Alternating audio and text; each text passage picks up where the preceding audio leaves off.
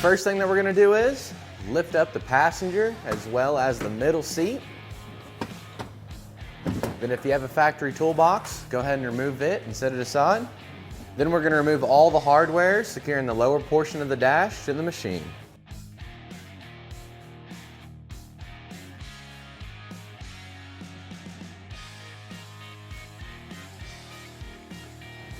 Now we're gonna head up to the front of the machine. We're gonna go ahead and open up the hood.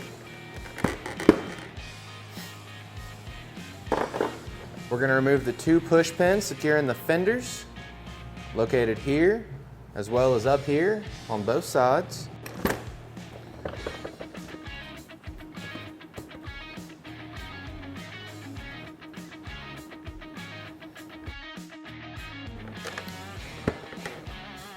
Once you've removed the push pins, go ahead and remove the 2 T30 Torx located here as well as here.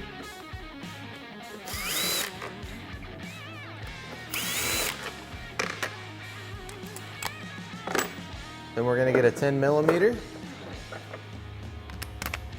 We're going to grab a hold of each of our fenders and we're going to peel the fender back just enough so we can get down to this 10mm bolt located right here, and then in the same exact spot on the opposite side.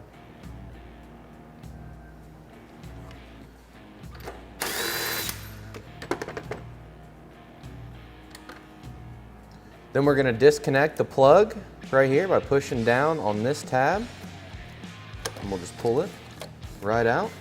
Then we're going to pick up on this fender, slide the assembly, and then just completely remove it. Now we're back at the rear of the machine. We're gonna go ahead and let down the tailgate. Then we're gonna come right in here and remove these 2 screws holding the tail light.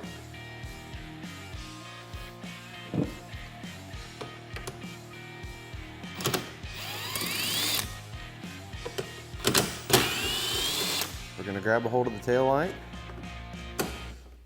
slide it out. Sometimes it's kind of tricky to get out. You can make it a little bit easier on yourself if you grab a hold of this piece right here. Just peel it out. Just make sure you're easy with it. And we're going to grab our hardware. Pull it out of these holes and set it aside. And we're going to go ahead and disconnect the factory harness from the tail light.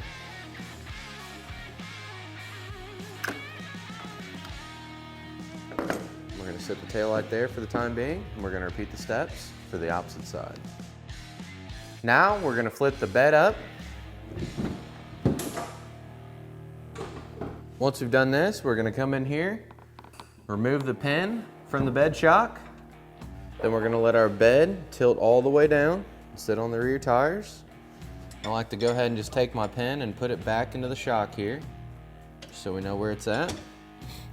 Then we're going to come right down here and disconnect this harness.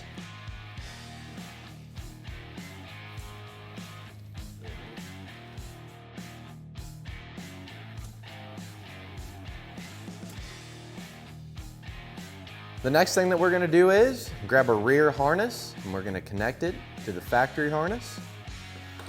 So the connection that we just unplugged right down here, we're going to take the male end, which is going to be the SuperATV portion of the harness, and plug it into the female portion of the harness, the factory harness. Going to make sure it goes all the way in and then it snaps. Then we're going to take this connector right here and we're just going to route it up against the back side of the machine and then just kind of let it hang for the time being. We're just going to route it down here and we're just going to let it hang for the time being. Then we're going to take this portion of the harness. One side's going to be longer than the other. The longer side is going to be the side that's going to be going to the driver's side, and the short side is going to be the passenger side. So we're just going to follow this frame rail. We're just going to kind of lay the driver's side of the harness down. We're going to take the passenger side and we're going to route it right in between the bed and this plastic piece right here. toward where the factory tail light is. We're just gonna run it right out the hole there. Then we're gonna let our bed down for just a second. We're just gonna let it sit. You just wanna make sure you go nice and slow. And we're gonna take this portion of the harness, which is gonna go to the driver's side. We're gonna route it up and underneath the bed, just like we did on the passenger side. We're gonna pull this harness through. We're just gonna let it hang out for the time being. And then we're not gonna be installing a license plate light today, but if you are, here's the connector for it. You just unplug it, plug the provided harness in for the turn signal kit, and then wire it in. Now what we're gonna take the SuperATV harness and connect it to our factory taillights. You wanna make sure whenever you go to do this, that if the factory portion of the harness sticks in there, which it does from time to time, that you remove that. The easiest way to do it is to get a flathead screwdriver, and just very carefully you're gonna reach down in here and pry straight up on it, making sure that you don't bend these pins. Then once you got it pried up, you can take a pair of needle nose pliers, reach straight down in here and pull it straight out. Then you can connect the SuperATV harness right to it.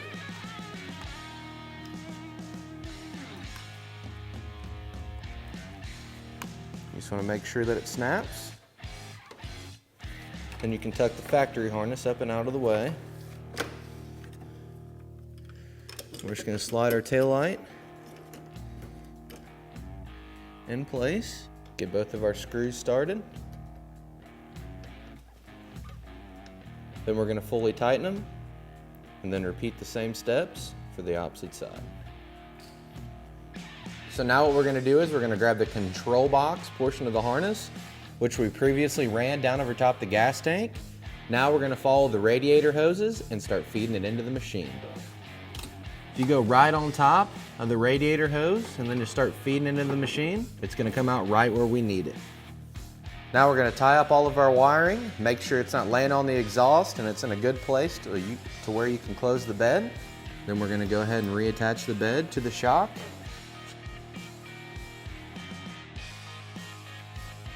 Then we're going to head to the front of the machine. So we're up here at the front. The next thing that we're going to do is drill our holes for our turn signal lights. The awesome thing about SuperATV's turn signal kit is you can drill the holes wherever you'd like. You can use one indicator light on one side, two on the other, or use all of them. What we've done today is we've drilled our hole here, as well as here. So now that our holes are drilled, what we're going to do, we're going to take one of our turn signal lights. We're going to take the grommet off of the light itself, and we're just going to slide the harness through. And we're going to take the grommet, get it installed into the drilled hole, and then we're just going to take the light and start feeding it in there. The best way to do it is kind of wiggle it side to side as it's going in. That way it doesn't roll up the grommet.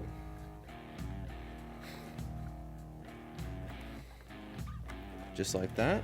And then repeat the steps for the rest of the turn signal lights. Then we're going to grab our front harness.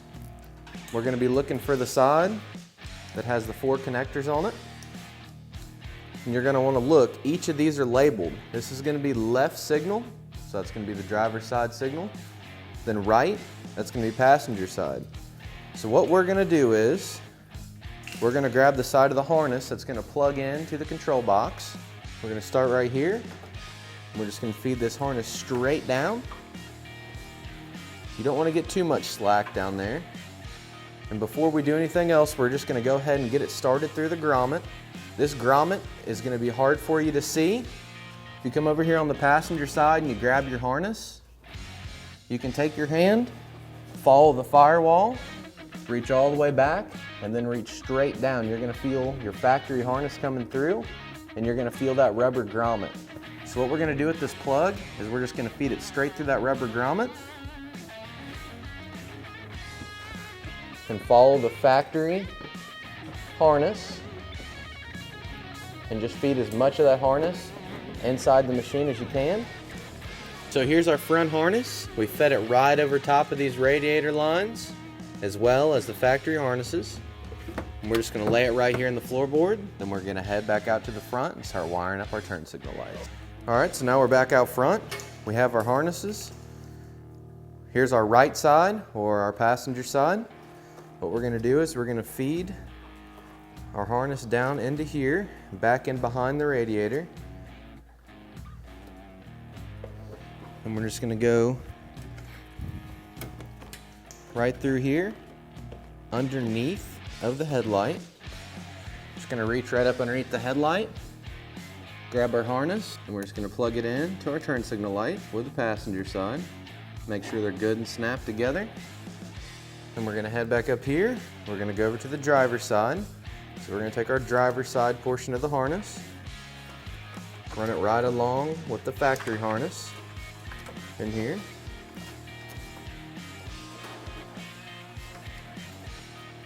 And we're going to do the same thing. We're going to go right underneath the headlight.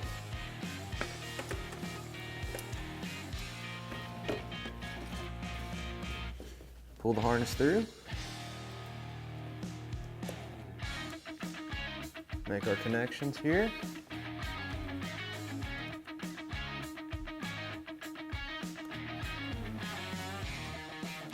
And then this wire right here is going to go to our horn. We're just going to want to leave it hanging just like it is. Then whenever we go to install our factory front panel and hood, we're going to slide this through and then connect it to our horn. So now we're going to go ahead and tie up all our wires. For this specific kit, it's okay if you have excess to take it, bundle it up, just like this. Then take the provided zip tie in the kit, put a zip tie around it, cut off the excess of the zip tie, and then tuck it back up on top of the radiator.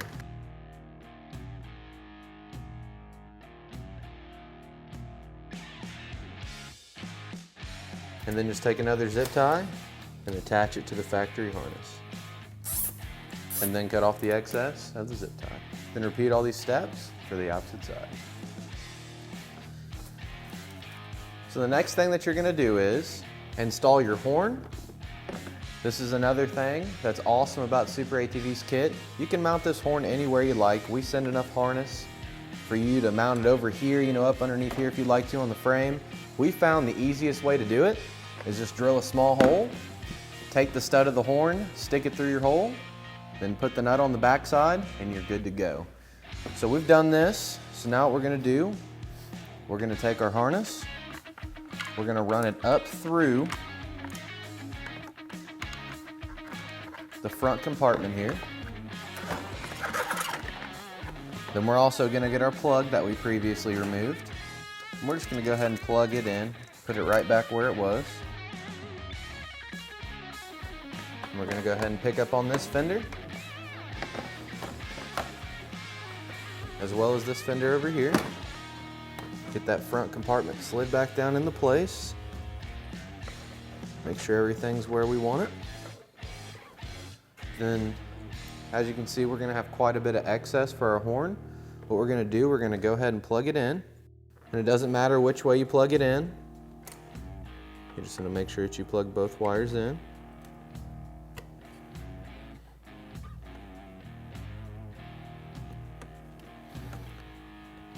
Should be just like that. We're going to do the same thing with the excess that we did with the other wires. We're going to get our zip ties, coil the wire up,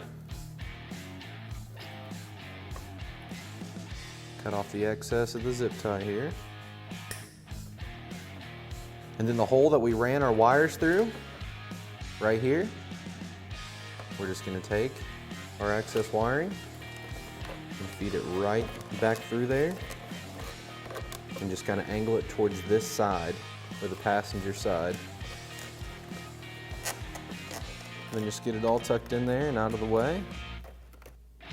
That way when you walk up to the front of this machine, you open the hood, you can't see any of the wires for the turn signal kit. It looks super clean. Then you're going to replace all the hardware for the front compartment, and then we're going to head on into the machine. So the next thing that we're gonna do is we're gonna take our control box and we're gonna mount it to our control box mount. So whenever you go to do this, you wanna make sure that the harness portion is laying just like this, so it's going in between the two mounting tabs. Then we're gonna take this bracket right here and mount it just like this. Where we're mounting the control box, we want to use the small M5 Allen headed screws. And for this bracket right here, we want to use the short M10 bolts. So whenever you've bolted it all together and it's all done and ready to install on the machine, it's going to look just like this. So now we're going to get this bad boy bolted up. So we're going to grab 2 of our M10 bolts and 2 M10 nuts. So we're going to mount it up right here. We're going to go to these 2 tabs. So what we're going to do, we're going to kind of get all our harness stretched out. There's a lot of harness here, so it can kind of get in the way as you're trying to do this. You're just going to kind of have to work through it in a way. So what we're going to do, we're going to take this bolt, slide it through, and while we got it hanging there, we're going to come up from the bottom, take our nut, go ahead and get it started.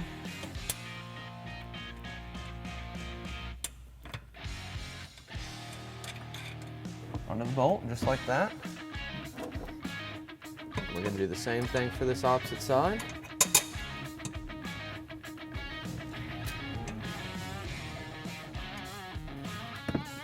And we're just going to grab our wires and angle them over to the passenger side. And we're going to grab a 13mm wrench and a 13mm socket. And we're going to go ahead and fully tighten it. Once we have the control box bolted up and in place, we're going to grab our rear portion of the harness and connect it to the rear portion of the control box harness, and it's going to be labeled. So we're just going to connect it, make sure it snaps together nice and tight. Then we're going to come up here where we previously ran the front harness through the firewall. We're going to grab it and connect it to the front on the control box. Then we're going to get our wires sorted out here so everything's ran nice and neat. Depending on how your rocker switch panel's set up, we're working on an XMR edition today. So the way ours is set up is we're only going to have one hole on this side, and then over here on the opposite side, on the driver's side, we're going to have 2 holes available. So what we're going to do is we're going to take our harness and the 2 longest portions of the harness, which is going to be the hazard switch and the horn switch.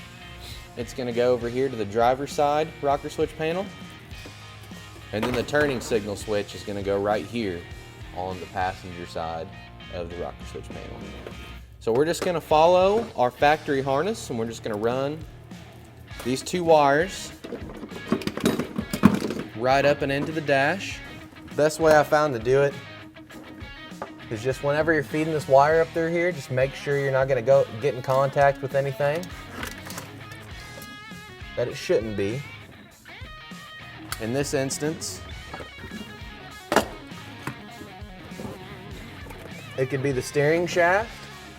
So how I like to do it is I like to run it right up on top, over top the dash bar, and then run it all the way around, and then I'm going to grab it over here and feed it into the rocker switch holes. Now that we have our wires ran up over top of our dash cluster, we're going to reach in here on this little compartment, and there's a little tab. We're just going to push that tab straight up. This compartment's going to pop right out. Just going to take it and we're going to set it aside for just a moment.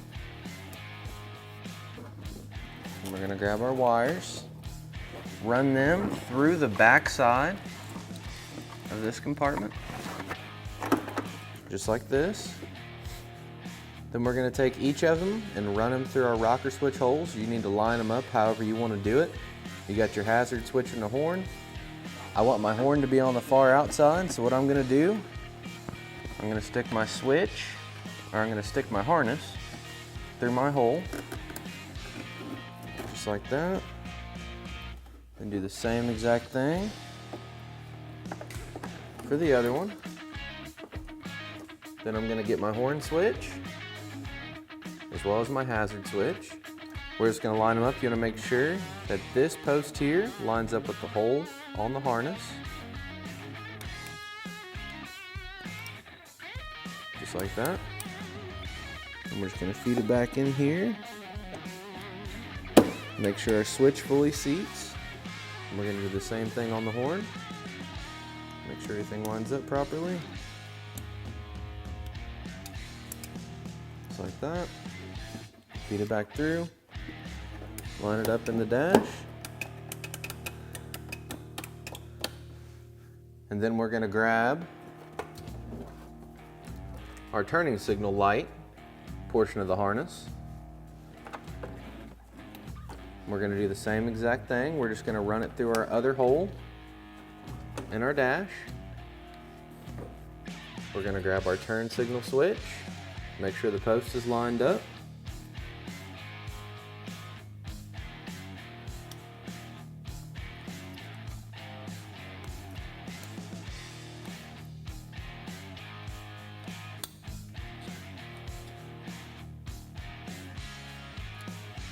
Make sure they make a good connection. They snap together nice and tight. And you're just going to snap it into place. Make sure it works properly. And then we're going to get back up underneath the dash and we're going to wire up the power harness. So the next thing that we're going to do is we're going to grab the power harness that runs off the control box. We're going to connect our black wire or ground wire to the ground on the bus bar, and then our hot wire to a 12-volt accessory wire. So we're going to go up underneath here and we're going to show you exactly which post you need to connect to. So if you go up underneath your dash, you're going to see you have a bar with a bunch of wires going to it. This is going to be your accessory bar, or bus bar as some may call it. The wire that's going to be closest to you, to the back, towards the back of the machine, that's going to be where your ground wire needs to go. The post that's farthest forward towards the front of the machine, that's going to be your 12-volt accessory wire. So what we're going to do is we're going to go ahead and remove the nut off of the stud.